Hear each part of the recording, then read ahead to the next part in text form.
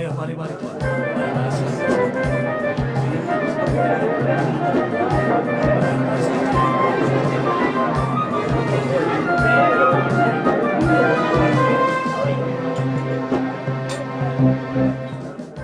Wahai Abu Sufyan. Wahai Abu Sufyan. Ya, ada apa? Kami telah menjual seluruh barang dagangan yang kami bawa dari Mekah. Lalu apa yang kau tunggu? Cepat kau beli seluruh barang-barang yang ada di sini untuk kita jual kembali ke Mekah. Agar keuntungan kita bertambah. Benar.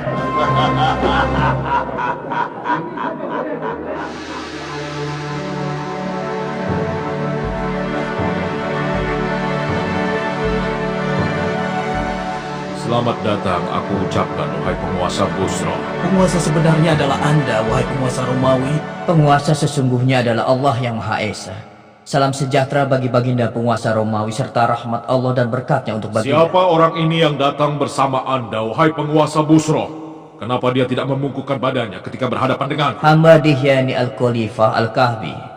Kami tidak membungkuk kecuali kepada Zat yang Maha Esa dan Maha Perkasa. Andai saja aku tidak melihat bahwa kau telah mengenakan tanda seorang utusan, pasti aku akan memperkarakan Anda. Dia dari utusan mana? Dia ini adalah utusan seseorang dari negeri Arab yang bernama Muhammad bin Abdullah, tuanku. Muhammad bin Abdullah. Orang itu yang mengaku sebagai nabi. Aku dengar dia mengatakan sesuatu mengenai kami sekitar 9 tahun yang lalu, ketika bangsa Persia mengalahkan kami. Bukan dia yang berkata, tapi Allah lah yang berkata. Bismillahirrahmanirrahim. Alif Lam Mim. Ghulibatur Rum fi adna al-ard wa hum min ba'di ghalabihim sayaghlibun fi bid'i sinin. Lillahi al-amru min qablu wa min ba'du wa yawma'idhin yafrahul mu'minun. Sadaqallahul azim. Maha benar dia yang mengutus Anda untuk menyampaikan apa yang dia terima dari Tuhannya. Terbukti kami telah menang menghadapi Persia, dan diriku telah berkaul bila menang menghadapi Persia, aku akan berjalan kaki dari Hom menuju Baitul Maqdis, dan aku telah melaksanakan kaulku. Benarkah kalian bergembira atas kemenangan kami? Benar sekali. Karena kalian pemeluk agama Nasrani yang menyembah Allah, sedang bangsa Persia adalah penyembah api, air, dan berhala. Oh, begitu. Baiklah, bawa kemari suratnya.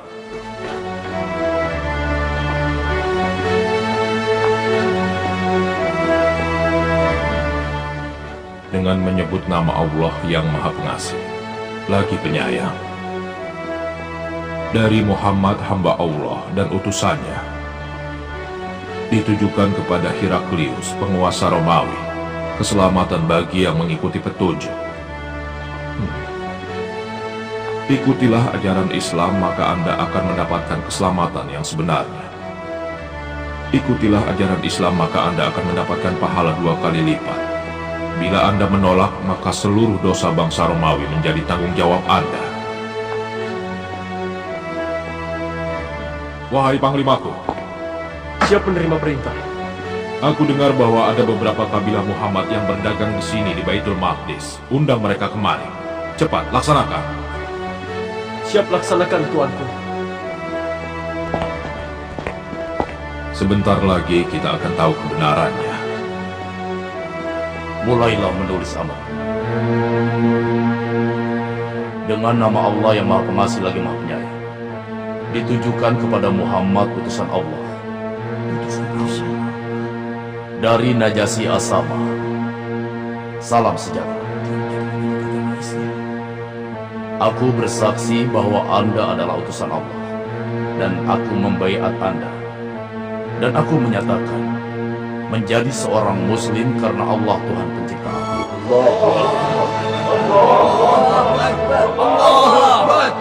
Kami sudah siapkan bahtera buat Anda dan saudara-saudara Anda yang hijrah ke sini untuk kembali bersama-sama ke Madinah. Ayo pasukan. Mari. Ya, silakan. Apakah Anda yang bernama Abu Sufyan Syakir bin Harb Al-Umawi? Benar. Tuanku Kaisar Romawi ingin bertemu dengan Anda dan mereka yang beserta Anda. Untuk apa? Kami tidak melakukan kejahatan.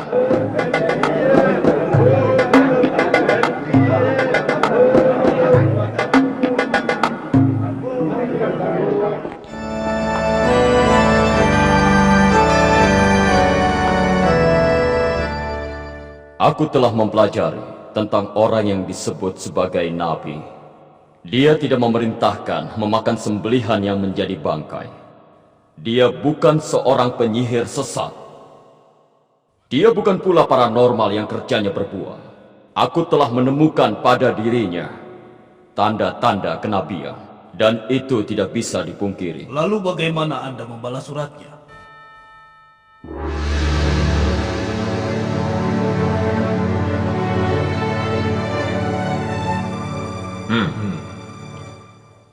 Siapa di antara kalian yang paling dekat hubungan kekeluargaannya dengan orang yang mengaku dirinya sebagai nabi? Hamba tuanku, tapi kami di Mekah tidak mengingkarinya dan menolak semua ucapannya. Mendekatlah kepadaku dan juga orang-orang yang bersama Anda.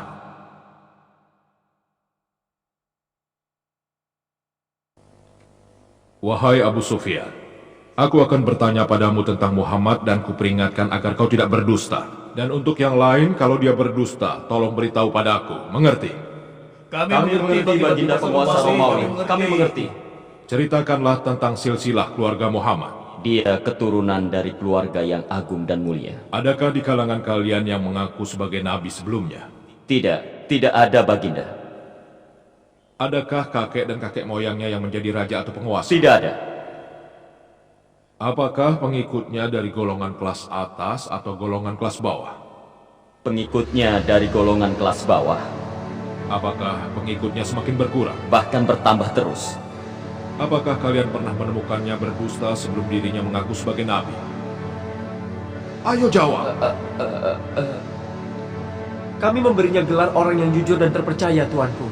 Pernahkah dia berkhianat? Kalau bukan kalian ada di sini, dan kekhawatiranku kalian membongkar kedokku di masyarakat Quraisy, aku pasti berbohong. Dan akan kukatakan sesukaku tentang Muhammad. Aku menunggu jawaban dari Anda. Belum pernah, belum. Tapi saat ini kami sedang mengadakan gencatan senjata selama 10 tahun. Dan kami tidak tahu apakah dia akan berkhianat atau tidak. Apakah kalian memeranginya? Bentrokan di antara kami sering terjadi. Satu masa mereka menang dan satu masa kami yang menang. Lalu apa yang dia serukan? Dia sering berkata, "Sembahlah Allah yang Esa, dan janganlah kalian menyekutukannya dengan sesuatu." Dia juga melarang kami menyembah berhala yang telah disembah oleh nenek moyang kami. Dia memerintahkan kami sholat dan berlaku jujur, menjaga kehormatan, bersilaturahmi, menepati janji, dan juga menjaga amanah. Kalian dengar? Dia bukan seorang keturunan raja.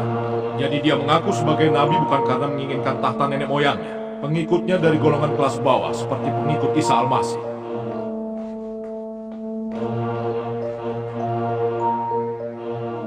Dia tidak pernah berbohong pada manusia. Jadi kalau dia tidak berbohong pada manusia, mana mungkin dia berbohong pada Tuhannya? Dia memerintahkan jujur dan menjaga kehormatan dan menyerukan agar menyembah Tuhan yang satu. Aku mengetahui bahwa akan datang seorang nabi, namun aku tidak menyangka bahwa dia datang dari golongan kalian.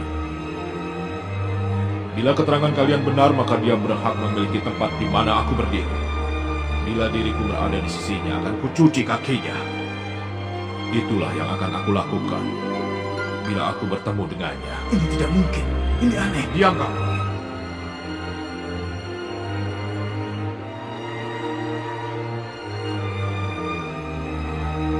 Wahai Abu Sufyan, pergilah Anda dan juga orang-orang yang bersama Anda.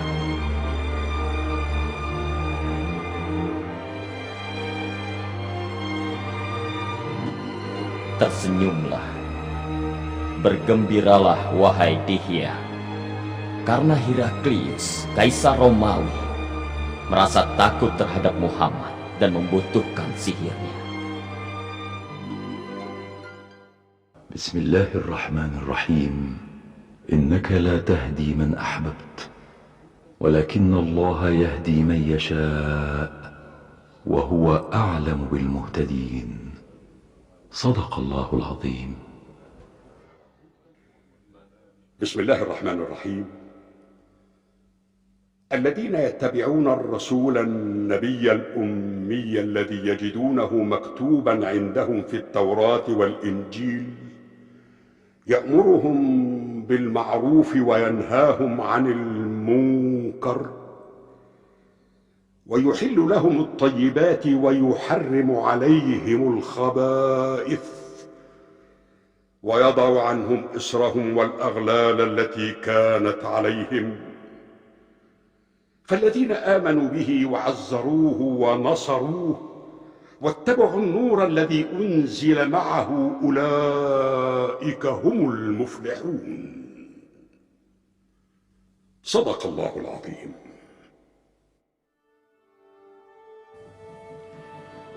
Dengan menyebut nama Allah yang Maha Pengasih dan Penyayang, ditujukan kepada Muhammad utusan Allah dari Muqawqis penguasa Mesir. Salam sejahtera bagi Anda. Setelah saya membaca surat dari Anda dan telah saya pahami isi suratnya dan juga ajakan yang Anda tulis, saya telah mengetahui akan datang seorang nabi, dan nabi yang ditunggu-tunggu itu akan dibangkitkan di daerah Syam. Saya telah menghormati utusan Anda, dan saya persembahkan 2 orang budak wanita. Kedua budak wanita itu adalah wanita yang mempunyai kedudukan terhormat. Dan saya hadiahi seekor bahal untuk Anda kendarai, juga kain-kain yang indah. Wassalamualaikum.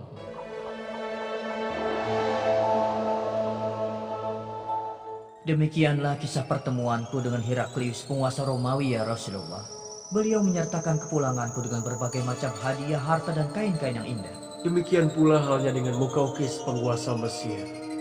Beliau menyambutku dengan penghormatan yang luar biasa dan juga memberikan hadiah bermacam-macam untuk Anda, Rasulullah. Beliau mempersembahkan buat Anda 2 orang budak wanita yang di Mesir mempunyai kedudukan terhormat. Mereka adalah Maria dan Sirin. Dan mengenai Kisra penguasa Persia, dia telah merobek-robek surat Anda, ya Rasulullah. Saat itu juga Rasulullah berdoa kepada Allah, memohon agar kerajaan Kisra dirobek-robek. Hei Muhammad, Yahin Shah, sang raja di Raja Kisra, memerintahkan Raja Bazan untuk menangkap Anda. Ayo bangunlah, bangunlah. Ikutlah bersama kami untuk menghadap Kisra. Bila Anda menolak ikut kami, maka bala tentara kami akan merubah dataran ini menjadi neraka. Meskipun dalam keadaan terancam, Rasulullah Shallallahu Alaihi Wasallam meminta kedua prajurit itu kembali menemui beliau keesokan harinya. Kenapa? Beri dia kesempatan untuk berpamitan dan mempersiapkan perjalanan yang amat panjang esok hari.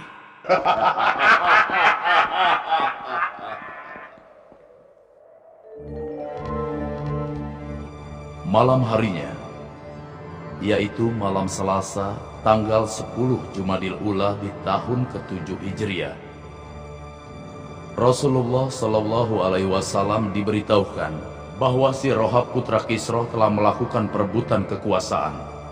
Kisra dibunuhnya, lalu dia mengangkat dirinya sebagai penggantinya. Allah telah merobek kekuasaan Kisra melalui tangan putranya.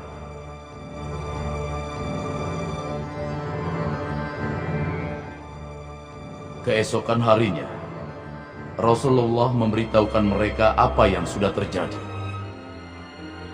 Sadarkah engkau atas ucapanmu, Muhammad? Apa kau ingin kami menyampaikan kepada raja semua ucapanmu itu?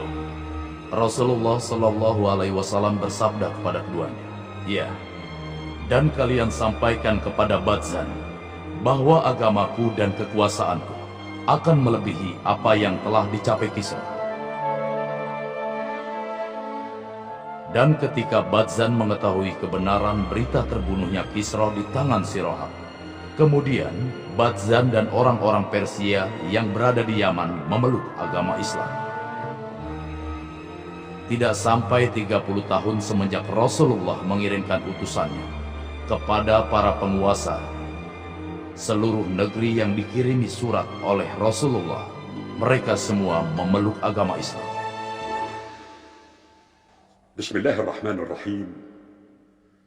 Qul ya ayyuhan nasu inni Rasulullah ilaikum jami'a alladhi lahu mulku as-samawati wal ard la ilaha illa huwa yuhyi wa yumiit فآمنوا بالله ورسوله النبي الأمي الذي يؤمن بالله وكلماته واتبعوه لعلكم تهتدون